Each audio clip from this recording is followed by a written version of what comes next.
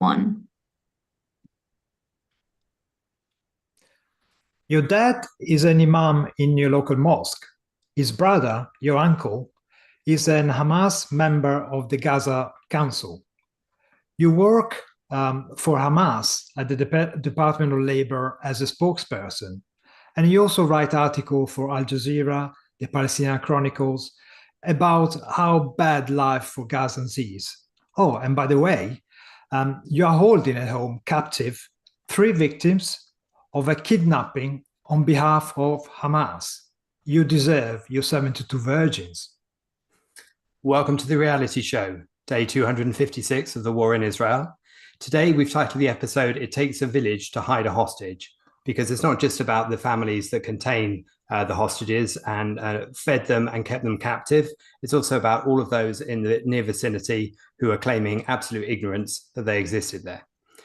So, Jonathan, with some of the information that's been emerging out of this, what's your first take on this story of the rescue from the weekend before last and some of the details emerging? Or, the course of this entire, as you said, 200 plus state conflict, week after week, it's like, surprise, surprise. Hamas hides weapons near schools. We're so shocked. Hamas hides hostages, in UNRWA tunnels, etc. And boy, we're so surprised that, in fact, so many of these, once again, they're told innocent civilians are not just supportive of the Hamas war machine, the Islamist war machine, but are participating in it, are absolutely participating in it. You mentioned the journalist. We have some data today and some news from some of the other hostages that were, literally right in the middle of completely residential neighborhoods. And I, for one, am not surprised at all. Some of the neighbors seem to claim ignorance. We had no idea. I don't believe that one bit, given how integral Hamas is to the entire Palestinian community and how supportive the Palestinians are of Hamas, as recent polling demonstrates. Yeah, and a lot of the reports have come from interviewing people within that area and some of their comments on the area, including talking about what lovely people, what a lovely person the main hostage taker was, the local imam. They said, a few people said he's got a nice character and a smile never left his face. Well, I mean, it's that tells you a lot, doesn't it, about how you can hide behind a nice smile while carrying out the most evil acts imaginable. Yeah, this is an article, that was kind of cribbed from the Wall Street Journal interview. And they said that, on a daily basis, this guy worked as a doctor in a public clinic. He had his own private clinic. His father was an imam at the local mosque. Surprise, surprise. And, they were so surprised, despite the fact that the family is well known to be affiliated with Hamas. Everyone was just so surprised that, in fact, the hostages were being held in these people's homes. And again, this is, I would think, ostensibly, this is a physician. This is someone who's well-to-do, I would imagine, among the people, who's certainly respected and educated. He, innocent civilian, is not. He's integral to this war machine. And a few facts that we know about him is that he was also a doctor. So this doctor and imam who had a public clinic in the morning and a private clinic in the afternoon, and would continue to run them throughout this whole period as if nothing was going on. Would go and get his groceries as usual, and of course would be leading prayers as an imam. All of that whilst holding a hostage in his own home.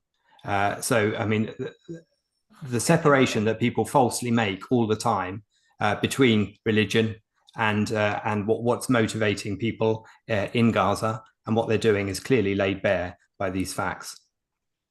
What's interesting is in the article they interviewed some of the neighbors, and the neighbors seemed to be surprised, not necessarily that they had taken these hostages, but the attitude seemed to be, well, why don't they just keep them in the tunnels? Why are they putting them, amongst us? So, seemingly not displeasure with the taking of hostages, not displeasure with the attack on Israel, not displeasure with the beheadings and all the butchery, but I guess you think logically a little bit of displeasure at the fact that they're hiding them amongst the so-called people they'd seek to protect. Yeah, it's a staggering way of thinking, isn't it? I mean, it is a surprise to many of the commentators over here, or at least it's evaded quite regularly, as to why those tunnels aren't used to protect Gazans in a time of war. And yet they're not used for that purpose. They're used for Hamas to operate underground as much as they possibly can, as efficiently as they possibly can, to prolong the war for as long as they possibly can, and prolong their fight against Israel, and against the Jews. So those tunnels aren't for. Of course, hostages are sometimes held in those tunnels, as we know. And we know that in the case of Noa Argamani, for example, she was held in 4 different locations. But it seems that they were all apartments and people's homes. And of course, putting it in people's homes makes the civilian population the human shield, which is often then used as a propaganda tool when Israel attempts to rescue hostages or attempts to defeat Hamas. And we're sometimes talking about very narrow streets and very densely packed areas, but they're residential areas. So of course there are civilians in those areas, and they're too tightly packed. If you're believing how tightly packed they are, then you can also believe that how much they know what's going on within their neighborhood, because the two things can't be separate. Sure. I mean, they describe, the walls in effect as being so thin that, you could hear people cough from one room to the next. I mean, it also reminds me on some level that, these hostages probably were forced to be so unbelievably, completely silent, I mean, held like animals, literally in a cage, if that. Really like slaves. James Valiant described it as, modern day concentration camp, really what it is. And what's fascinating is that all we hear, at least here in the West, is the poor innocent Palestinian people. Don't you have any feelings for them? Don't you have any empathy for them? Okay, Hamas is some bad actors, but I know we've covered some of these polls. Support for Hamas is up, and I just don't believe that if there wasn't support, that people in the community wouldn't readily, seemingly take on these responsibilities of harboring hostages, turning their communities into true military targets. And I'll just remind viewers that on the rescue mission, when the Israelis got stuck on the way out, it was the innocent Palestinian community that opened up with massive fire and bombardment on these people just trying to drive out of town to save the hostages that were hiding amongst their midst. Yeah. And as you were mentioning, Operation Arnon, which is named after the member of the Yamam who died because of the wounds that he received during the operation. These hostages were actually held in 2 different apartment blocks at about 100 yards from each other. We know now that the initial operation was supposed just to rescue Noa Argamani, but because the other 3 hostages, which were held by this esteemed member of the community, were so close, and there was the risk that Hamas might actually kill them in retaliation for the rescue of Noa Argamani. So they decided to go in at the same time. So not only was a really brave and well-planned operation, but it was super brave. And going for the 2 blocks was really an incredible achievement. But it also exposes how many lies the Palestinians are backing onto, and how many lies the propaganda here that we hear in the West is actually meaningless. How many times have you heard something that the Hamas run institutions are telling us, and how many times this came out to be false? Take, for example, at the beginning of the war, the hospital car park blew up. We were told it was Israeli fire, turned out it was Hamas fire. The famine that we talked about earlier on, we told there is famine in Gaza. It turns out there is no famine in Gaza. We were told that UNRWA is helping the innocent Palestinians, and then it turns out that Israel is saying actually these guys are part of the Hamas, or the people who took part of October 7. It turned out that 9 people were actually sacked from UNRWA because the position was untenable, because Israel again was right. We've been told that there's no food coming into Gaza, and at the same time Hamas is stealing food from the convoy. So which one is it? There is this uncritical acceptance of news pushed by Hamas and the pro-Palestinian side, which goes totally unchallenged in the West. And just looking at the facts, if you don't believe Israel because you're such a tribalist puppet that you decide not to accept the facts of reality, well, then wait a second, see how things turn out, and then reevaluate what you were thinking. And then start questioning, hang on a second, is this what I've been told true? Doesn't seem to happen, does it? Thank you, Lacetto, for the super chat. We really need them. We depend on them. We bring you hours and hours of programming inspired by Ayn Rand's objectivism. We know what Miss Rand talked about with the Arabs. We've talked a lot about her interpretations of the events, and we do our best to bring those insights to you. And Lacerendo asks, what happened to do no harm, I wonder, right? I mean, this guy was a doctor. He was there trying, but at the same time, he's literally keeping human beings like a cage in his home, which according to reports, we're eating something about 10% of the needed calories they needed actually to survive and be healthy. So as you said, it's complete lies that, oh, it's just a hospital. Oh, no, turns out there's a whole military facility. Oh, it's just an UNRWA facility. No, turns out that's where the hostages are being held. And just latest example, to me, it goes to that point of who is responsible for this? The innocent Palestinian citizens. They're innocent. That's what at least we keep hearing. There some few bad apples in there. Hamas, well, they're the problem, but most of the, and I just don't buy that anymore. I don't believe it when I see not only that some of them are complicit in participating in hiding hostages, but also shooting at them. The description of that assault on the way out of town with these hostages sounded like anyone with a 6-shooter up to a rocket launcher try to take a pot shot at the sitting target of an Israeli Jeep, and the hostages getting out of town. So I just don't buy that. And the support from the polling, the support is up. In fact, the support for not just Hamas, but a military solution is up.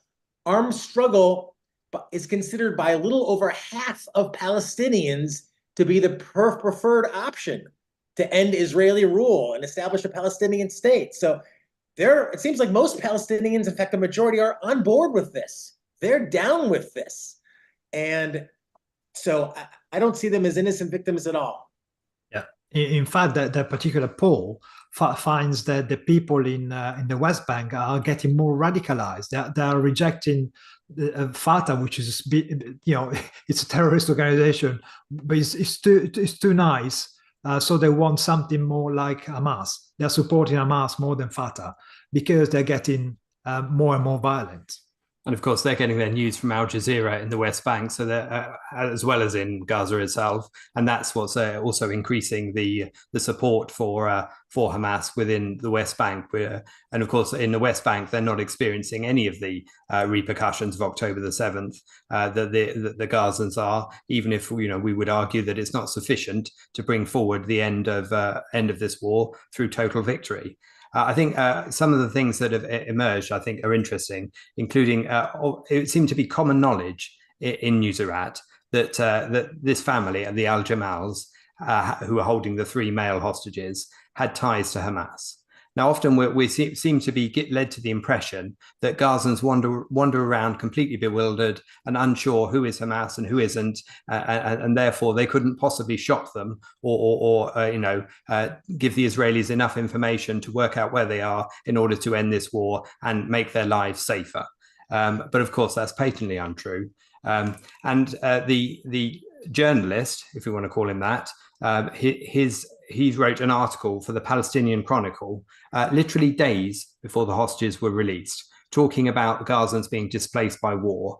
And the article was called "My House Will Always Be Open," saying that essentially that he would be able to house, displaced victims from Gazans from the war caused by Israel, obviously concealing the fact that he was holding a displaced victim from Israel, namely a hostage that was taken away from the Nova Music Festival, dragged, into the streets of Gaza and hidden in his own home. And that's the level of deception that is taking place here.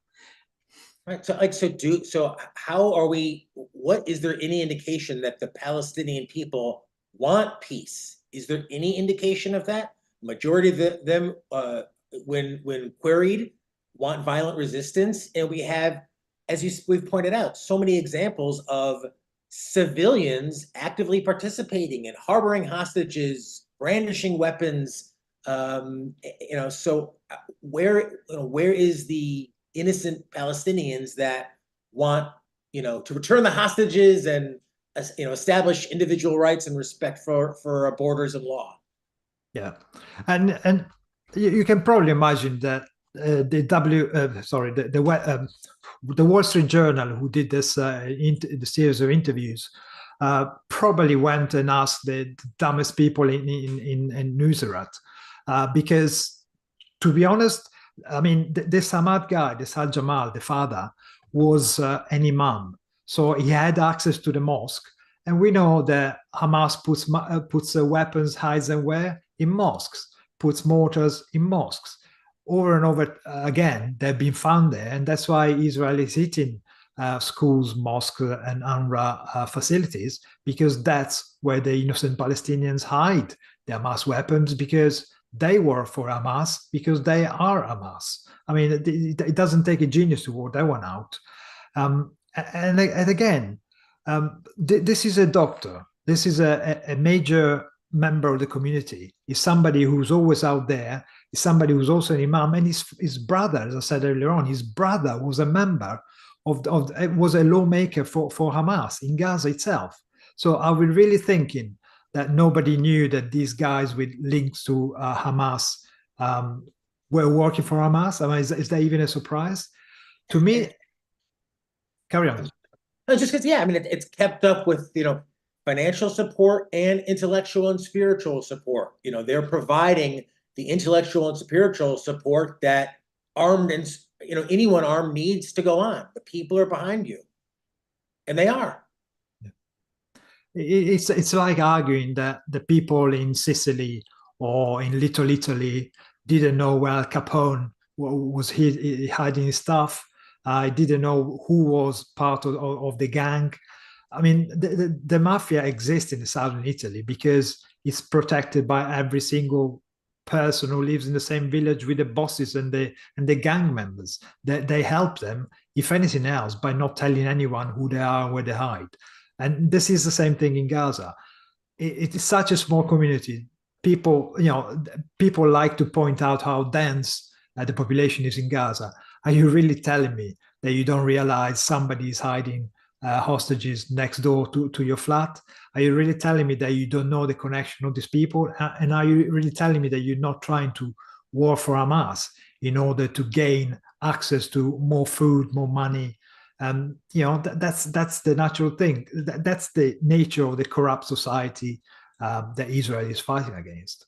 And when you're told on the one hand that residents in the area in the interviews are demanding safe zones, or asking for Hamas to tell them which are the safe zones where you're not storing hostages so that we can move there, particularly when we're displaced from other areas, where can we safely live so that we're not a human shield? And yet at the same time, you've also got groups of people who have been gathering at the house, the former house of the Al Jamals, where the hostages were held, which has been destroyed after the attack from the air. After the hostages were rescued by the IDF, because they've gone there out of curiosity, because it's become virtually a tourist attraction for people within the area to see where the hostages were held within their own village and setting.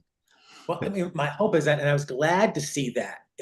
There's photos out, multiple photos of like the home that these hostages were held is completely leveled, and like what looked to be very Israeli surgical precision. It's just the home. It's not a huge crater they could have done, but let this be a lesson to you. You hide hostages. That's what you're going to get.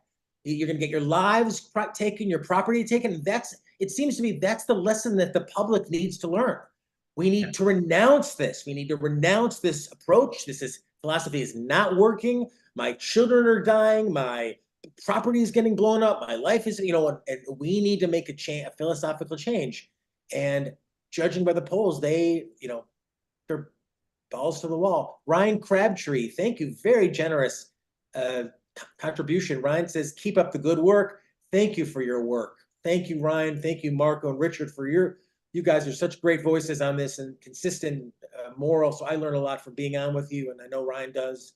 La Chirendo, thank you once again, says Gaza resembles the island of Dr. Moreau more than a normal locality. What do you make of that one? Yeah, no, absolutely. Yeah, definitely. I forget who wrote that story. I have seen it in a number of adaptations. It's been made into a bunch of films, hasn't it? And typically, it is exactly that kind of thinking is behind it. That kind of effort is behind it, for sure. I think. Did you want to make a point? Sorry. Well, no, I just wanted to make a quick point that another of the lies that is pushed is the state of refugee camp of Nusrat. I mean, you've seen the building flattened. That wasn't a tent. That's not a refugee camp in the way you would like people to imagine it. When you say refugee camp, you imagine people, struggling to stay out of the weather, in tents and stuff like that. But this is actually a residential area with blocks of flat, with little houses. So even that, the way it's presented, is a total utter lie. And the house of the where Noah was stored, the name of the family was Abu Nar, and their house was also been flattened. So yes, this picture here, Jonathan, is exactly this is what a refugee camp looks like in Nusrat, which gives the impression that it's made of tents, etc., but it's not. It's clearly brick built. You can see the minaret there of a mosque. These are permanent structures. These aren't things set up overnight based on the latest displacement of people, which is what the term refugee camp would imply, at least by omission. And of course, the Palestinians have been refugees for 76 years now, so they had the time to build up their areas. Yeah. So I think hearing about the Abu Nar family, that they were lesser well known in the area, but of course, again, it's an apartment. It's somebody's home, a Gazan's home. And of course, we know that the Gazans are paid $19 a day, or at least that's one of the figures that's been reported by Hamas to hold hostages, as well as obviously they also had Hamas guards as well, as not just the families holding the hostages. And the way they were treated is dependent upon those guards, the fact that they were sometimes covered in blankets, in the extreme heat as punishment, sometimes beaten, threatened constantly with death. And lots of psychological torture in addition to the physical torture, which is probably one of the worst things to be able to deal with after the event, I would have thought. Thank you, Elvira K. Great, generous contribution. We really appreciate that. Kathleen, terrific contribution. Also, I believe a member. Kathleen says, ordinary people have been brought into the propaganda, don't realize they're being brainwashed. It's always Israel should defend itself, but blah, blah, blah. That's true. That's true. Sorry, carry on. No, please.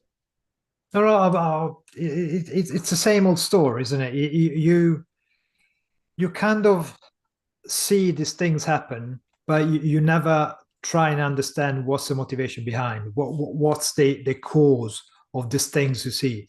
What you actually see is the effect of somebody's action, and you never question what the action is, where the violence comes from, and why the reaction is there in the first place. And this is because our culture is not used to, as Ayn Rand pointed out, to think by principle, to focus on the essential of the matter and try and get rid of the dross, go straight to the point. What is the issue here at hand? What am I looking at? And what's the principle behind it? Therefore, which action should I take? But people don't like that. They like to react to immediate pictures or news, or just go by feelings. Emotion, it seems to be the motivation behind people. But if you had a rational philosophy behind you, a philosophy based on reality, then you'll be able to understand what you're looking at, and you would know which action to take based on the values that you choose to follow. And you just look at all the excuses that people keep using. The one excuse leads to another. Oh, the Gazans don't know. Oh, but we find out they're held in Gazans' homes. But maybe other people in the village didn't know, and maybe only those people knew. Each level, they're trying to maintain the barriers that allow them to see through pinhole vision a hostage in one particular circumstance and claim that it's got no connections whatsoever to anyone else and anywhere else. And remember, we were talking about how the hostages were moved between locations. Sometimes dressed as Noah was dressed as an Arab in a hijab, etc. when she was moved from various locations. But clearly they had to be moved from one place to another, and all of that, including the feeding of them and making sure they got sufficient, food and stuff. All of that was necessary. And of course, that means that there are connections. There are connections all the time out to the community. And if people know they're Hamas anyway, they also know which are the most likely settings for hostages to be held. That information could easily be leaked out if you actually wanted to stop this war. Yeah, we talk about the hostages like that. That is what they are metaphysically. The hostage is this, the hostage is that. The hostages are truly innocent citizens. We're talking civilians. We're talking about people who are partying at a music festival, no weapons, not posing a threat to anyone, who were snatched up. And as we've been detailing, exactly now, flip it around now. This doctor, this journalist, are they innocent civilians? They are literally harboring those hostages. But in the refugee camps and they are participating in, they're the aggressors. Israel is the victim, and they're literally perpetuating the violence. And it makes them legitimate victims, and they enable and embolden, in my opinion, the military effort. The military effort doesn't exist without support from the community. It has it. It has it in spades. And I want to thank, as I know you guys do as well, Kathleen, Michael, Bonnie, these are all YouTube members. Alexa Felix, thank you. It only costs £5 or £6 a month, and you help keep us on the air. We bring you 2 original shows, all inspired by Ayn Rand's objectivism every single day, ripped from the headlines, and our views are blowing up thanks to you. But we need your support to keep it going. So take this opportunity, become a YouTube member. It's £5 a month, and we are the radical voice, especially on this issue. And we need your support to keep it going. And gents, we always say Ayn Rand was prophetic. There's nothing mystical or spiritual about that, as I understand it. But when you think of her description of the Arabs and the terrorism back in the Donahue show in the 1970s, and then look forward and say, well, what happened to these innocent civilians from the Nova Music Festival? What other word is there but savage? What other word is there when you can saw a human being's head off, rape a woman, then murder her, shoot people at point blank, just walking down the street? I mean, that to me is savage. The shoe fits. Yeah, and you're right. I mean, Ayn Rand, I think in 78 or 79, when the Iran embassy was taken over by the Islamic State, Republic, she was asked, how would you deal with it? And her answer was, well, it's too late now. The stuff is done. We've effectively let them get away with it. And so sort of violence will come from that. And it is true. I mean, as you say, she wasn't a magician. She couldn't read the future. She just saw the fact and lived according to principles. And that if you appease an enemy, if you let somebody hit you in the face and you don't react, next time they're going to hit you twice as hard. And if you don't react again, they're going to hit you hard and hard. That's how you deal with bullies. If somebody attacks you, somebody breaks, try and infringe your rights, you fight back with all the strength you've got. So next time they will never pick on you ever again. And it's not about tit for tat violence. It's about there's a threat that stops you from living your life freely, stops your freedom, and therefore you have to remove it. There's no other solution. There's no appeasement. There's no dealing with violence. You have to remove the threat.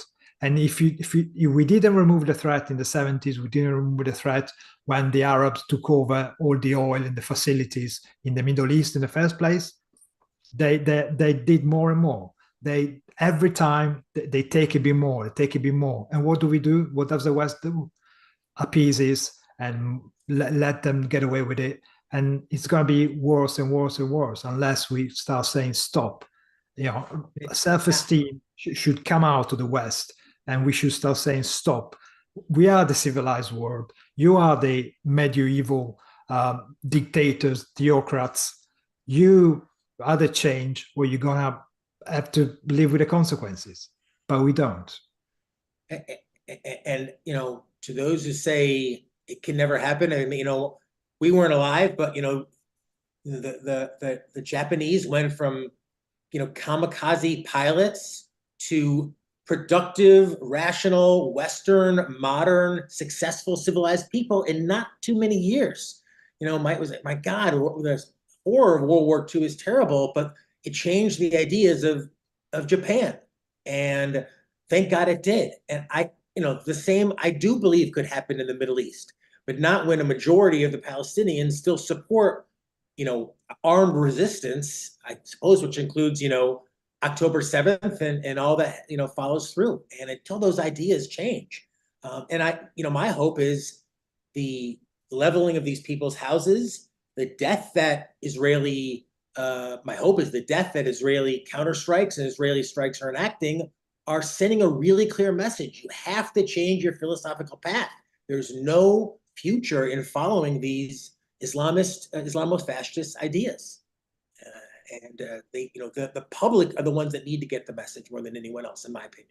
Yeah, and these principles have been shown throughout, haven't they? I mean, Leonard Peikoff, Ayn Rand's intellectual heir, was particularly strong on this point after 9/11, for example, and talking about the need to cut this off at the source and to be strong and firm in making sure that it couldn't happen again, and that the lesson was felt by those who had instigated such a heinous attack as that on the Trade Center and the Pentagon. And one of the things I wanted to mention was obviously we're praising the military operation here, and everybody should be extremely proud of what the IDF managed to achieve the weekend before last in the rescue of these hostages in the circumstances in which they were kept. But of course, all of this comes at quite a cost. And the fact that the way that Israel has approached this war has been led by such a level of altruism, including allowing so much humanitarian aid to the enemy at the same time as trying to defeat them. And of course, it's been a cost in lives as well, with the recent deaths of 11 members of the IDF buried in the last few days. That is heartbreaking to see. And of course, that's the price that prolonging the war costs to a country that isn't prepared to see the enemy as the enemy and make sure that they are defeated as swiftly as possible. And that's a price that Israel is paying for trying to protect the innocent Palestinian rather than prioritizing their own troops. There shouldn't be boots on the ground until the whole of Gaza was flattened. There shouldn't be young kids dying in Gaza because Israel wants to go, room to room, house by house, making sure they don't accidentally hit innocent Palestinian. This is a war. It's collateral damage. If they don't want this kind of behavior from Israel, if they don't want to be bombed because they committed October 7 atrocities, then they should surrender, or they should force their own government, Hamas, to surrender. And that's the only way they're going to get peace. That's what I'm saying. Like, of all those polls, what percentage of you want to return the hostages and surrender? Crickets. Is there less than zero that they could find? I mean, there's no movement, there's no interest that I can see, at least, that seems to be fomented anywhere of of surrender, which is what needs to happen. It's not acceptable that Israel's forced to share a border with barbarians that come in, could be this month, could be next month, could be a couple weeks from now, come and slaughter a couple hundreds or thousands of people and then just, all right, till next time. I mean, who can live with that on the border? Who should be forced to live with that on the border? Yeah. And until the ideas change. Yeah. And if there is resistance on the ground, yes, if they stand up and they start speaking against Hamas, they probably would be killed. But so were killed the resistance in France. The Germans weren't very understanding about people working against them. But that's what you have to do. You either try and escape if you're in the situation. You have the chance to escape. There are so many Westerners and various NGOs and institutions on the ground. You could easily, well, probably not easy, but you probably could escape and get away from the kind of regime, or you should fight it. There's no other way. And Ayn Rand put the principle, as she always did, extremely concisely and extremely pithily when she said, "Pity for the guilty is treason to the innocent." And that sums up exactly the principle we're talking about when we're talking about pity for the guilty Hamas, the guilty Palestinians, trying to segregate the two. That is treason to the innocent that were attending the Nova Music Festival, the innocents that were abducted, raped, or murdered on October the 7th. It's ultimately a principle of justice, isn't it? You deserve the consequences of your actions. You go and rape and murder people and take hostages, you deserve to be bombed to destruction. And what else is happening? This guy, this journalist guy, was actually living in the house with his wife, his sister, and his kids.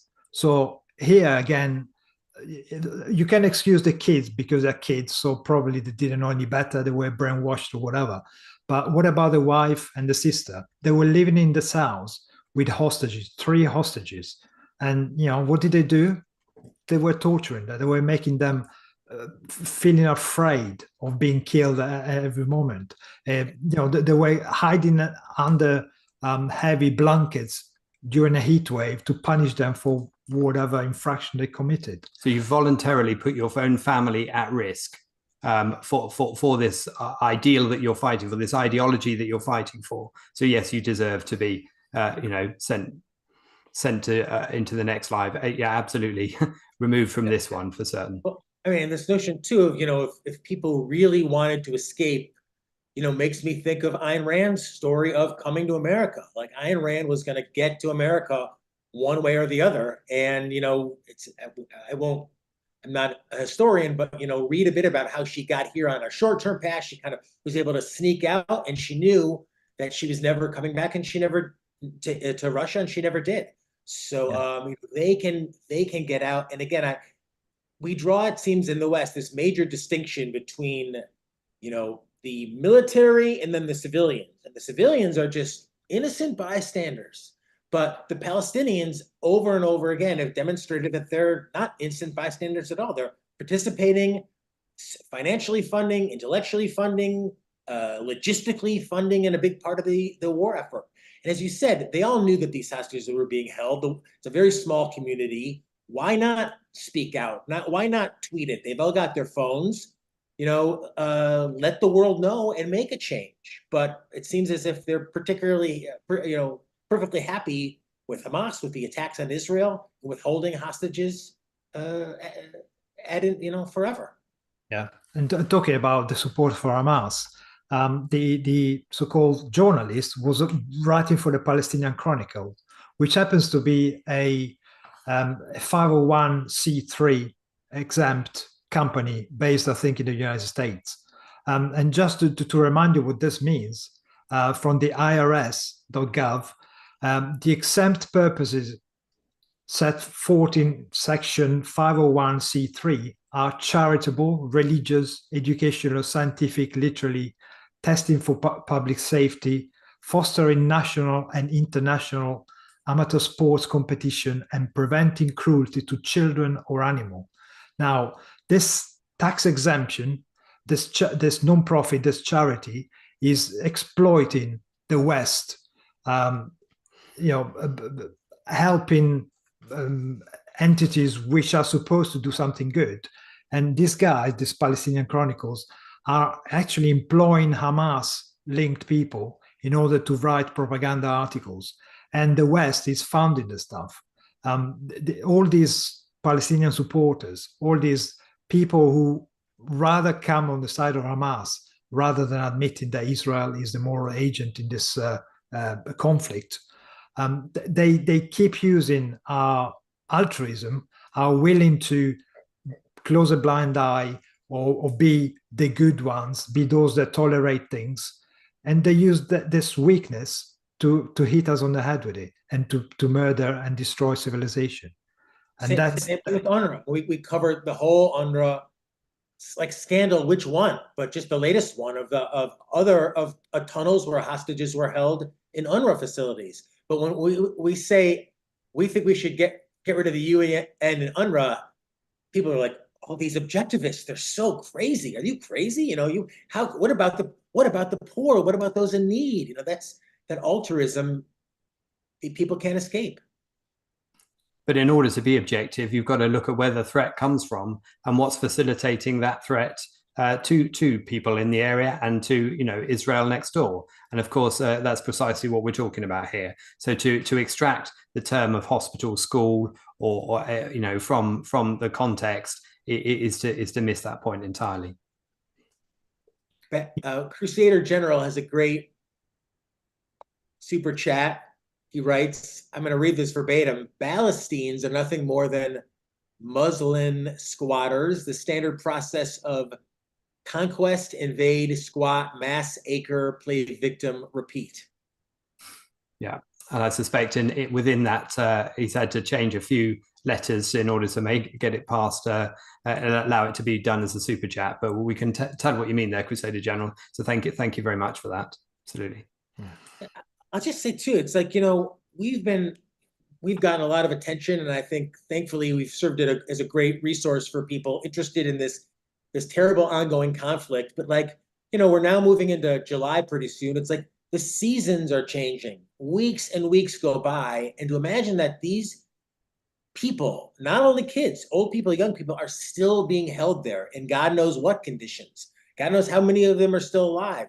How many of them just used as just absolute, I can't even describe it, the horror of physical abuse, rape, torture, starvation that has been held on these people. If the doctor can keep them in his home, he doesn't see them as a human being. If a journalist can keep them as a home trapped like an animal, they don't see them as human beings. And the weeks and weeks go by and they're still in captivity it's unspeakable. And it's worthwhile. Yeah. And it's worthwhile to remember, people, that there's still 116 hostages held in Gaza by the innocent Gazans. The innocent Palestinians are actually holding 116 people who were taken from Israel, totally, out of the blue. They are not fighters. They were in Israel enjoying a holiday, and the Gazans went into Israel and murdered over 1,000 people, 1,200 people, and they kidnapped 250 people, and 116 are still held there. Now, I think the news, there was a report that negotiator thinks that most of them are still alive and held in Gaza. So, do you want peace? Surrender, return the hostages, and get rid of Hamas. And how many of those 116 are in neighborhoods just like this, or in Nuseirat itself? And how many of those are surrounded by people who know precisely where they are and could shop that information, could report that information, and bring this entire war to an end? It's just clear, isn't it? It's clear cut. And they play to the altruism because they know that Israel isn't going to come in and take out an entire neighborhood, haphazardly. They're going to do exactly what they did. This unbelievably surgical, precise rescue mission. Yeah, they seemingly shot the people who were holding these people, but they weren't blasting everything in the way, leveling the whole. They came in surgically, precisely, and extracted these victims, these hostages. And I think that, you guys are really hitting the point so well that we have hostages that are being held by a civilian population, by the innocent Palestinians, and innocent my ass. Yeah, absolutely. And the facts that have come out, for example, the fact that Noah was held in a first floor apartment, and that was considered, when they looked at the military analysis of it, to be the easier one to attack, to enter and rescue, whereas the other three men were held in a third story apartment, which provided some more complexity. But that need that Marco mentioned earlier to hit both simultaneously to avoid repercussions on the second set made this a supremely tricky operation. So yeah, absolutely, all credit to the IDF for it, and of course for the morale boost that this does provide when in a period that has been very difficult for everyone, is particularly Israelis, of course. So any last comments, Jonathan? No, just that I'll say that we just, once again, we can so appreciate Jesse Reinbach. He's a YouTube member. He says, never seen so many innocent civilians holding military hostages. What a strange phenomena.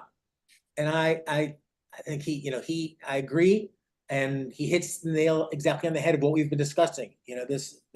The military wing is enabled, supported, funded intellectually, spiritually, and logistically by the very civilians that Israel and the West does everything to try to absolve from responsibility. Yeah, no, absolutely. And where can people find more about you, Jonathan, and your work? I'm at capitalistpig.com, and my new book with Dr. Peikoff is called Can You Really Love a Dog? Excellent, thank you. And don't forget the Briefly Objective that we mentioned before. Do access that. That's a sister channel. Go down below where it says shorter content. Please like, subscribe as we ask you to for these videos to ensure they reach as big an audience as possible. So thank you very much, Jonathan. Thank you to our super chatters. Thank you to Irene, our producer. And we'll be back tomorrow with the Daily Objective and the reality show. So we'll see you then. Thank you. Thank you very much. Bye.